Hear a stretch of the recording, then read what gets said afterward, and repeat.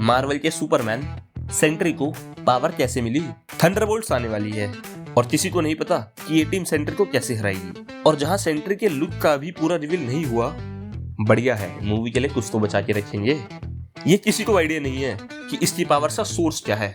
एक ऐसा ओरिजिन जो किसी भी ह्यूमन को मार्वल का one of the strongest being बना दे।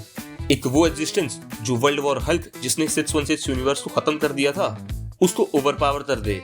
उसकी पावर का ओरिजिन कुछ तो स्पेशल होगा। So welcome to my channel का वन मैन शिट शो और चैनल को सब्सक्राइब करो क्योंकि ऐसी वीडियोस आती रहती हैं। And back to the video. तो सुपर सोल्जर सीरम, हाँ कुछ खास नहीं है, सुपर सोल्जर सीरम ही है इसी पावर्स की जगत जननी। अब सबसे पहले तुम इस सीरम की बात करो तो प्रोजेक्ट रीबर्थ के अंदर वर्ल्ड वॉर 2 के टाइम पर डॉक्टर अब्राहम अर्थसाइन ने इसे यूएस गवर्नमेंट के लिए बनाया।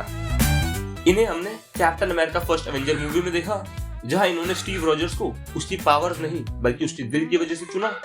उसमें vita rays mix super soldier serum inject किया और स्टीव रॉजर्स को बनाया कैप्टन अमेरिका।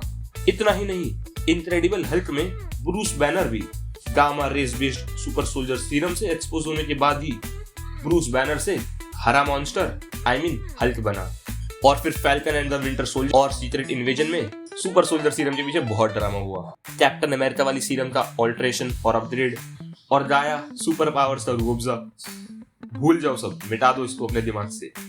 तो चांसेस है कि same super soldier serum Bob the builder को सेंट्री में ट्रांसफॉर्म करेगी। हाँ, सवाल है कि सेम सीरम जो एक ह्यूमन को कैप्टन अमेरिका बनाएगी वो दूसरे को मिलियन एक्सप्लोडिंग सन्स की पावर कैसे देगी। पर रुको जरा, उस पर आगे बात करेंगे। पहले थ्योरीज और रूमर्स तो ये भी थे लोकी के जो सेप्टर है उसकी मदद से सेंट्री को पावर मिली, पर उसमें अब इन्फिनिटी स्टोन तो है ही नहीं। वो इन्फिनिटी स्टोन जिसने विजन, वांडा और अल्ट्रॉन इन सब को पावर दी। और वैसे भी इन्फिनिटी स्टोन्स फेज 1 से 4 का पार्ट थे, तो बेहतर होगा उसे उधर ही छोड़ दो। जब लोकी सीरीज में दिखा दिया कि ये इतने भी ऑल पावरफुल नहीं है तो बार बार फिर उन्हीं पे क्यों आ जाते हो। अतीत से आगे बढ़ो, तभी अपने डूबते सूरज का उदय देख पाओगे। जो पास्ट फेजेस में हो गया उसको छोड़ दो। तब तक वही घिसी पिटी स्टोरी रीजनिंग की, उसने स्टोन से कनेक्ट किया या स्टोन ने उसे इन्फ्लुएंस करके उसे पावर दे दी। इस पर चलो ये, अगर कुछ करना ही है तो कॉमिक्स से आउटलाइन उठाकर अपना मिर्च मसाला डालो और एमसीयू में दिखा दो। इस बात पे कॉमिक्स में क्या हुआ अगर उसको देखो तो बॉब एज अ ह्यूमन एक नशेड़ी था। हाँ, ड्रग एडिक्ट, जो नशे में एक केमिस्ट स्टोर के अंदर घुसकर ड्रग्स के वाइल पी जाता है।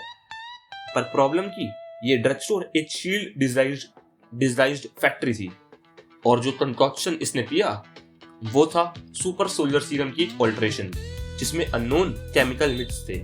अब तुम यहाँ से स्वाद अनुसार उठाओ और अपने मूवीज में थोड़े एक्सप्लेनेशन देके इस्तेमाल कर लो। जो कॉमिक्स में सब्सटेंसेस अननोन थे उन्हें रिवील कर दो, क्योंकि उसके बिना तो वही सीरम की पावर स्केलिंग वाली प्रॉब्लम आ जाएगी। वीटा रेस से कैप्टन अमेरिका बना, गामा रेस से हल्क, तो सेंट्री में भी तो कुछ तो स्पेशल होगा।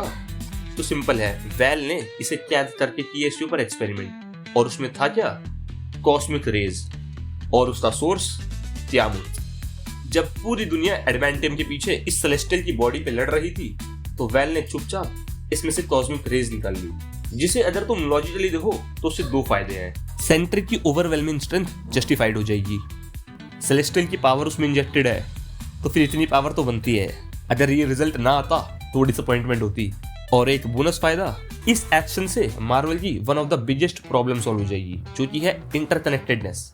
जब मार्वल की कोई नई मूवी आती है तो वो मानो पास्ट तो सारा मिटा ही देते हैं। इसमें तियामुत दिखाकर सब सेपरेट नहीं बल्कि एक यूनिवर्स है, एक वर्ल्ड है, इसका पार्ट बन जाएगा। बाकी तुम्हें क्या लगता है कि सेंट्री को उसकी पावर्स कैसे मिली, और क्या तुम्हें लगता है कि थंडरबोल्ट सेंट्री को हरा पाएंगे, और हाँ तो कैसे? अपने थॉट्स कमेंट्स में बताना। इतने चैनल को सब्सक्राइब करो। मिलते हैं अगली वीडियो में।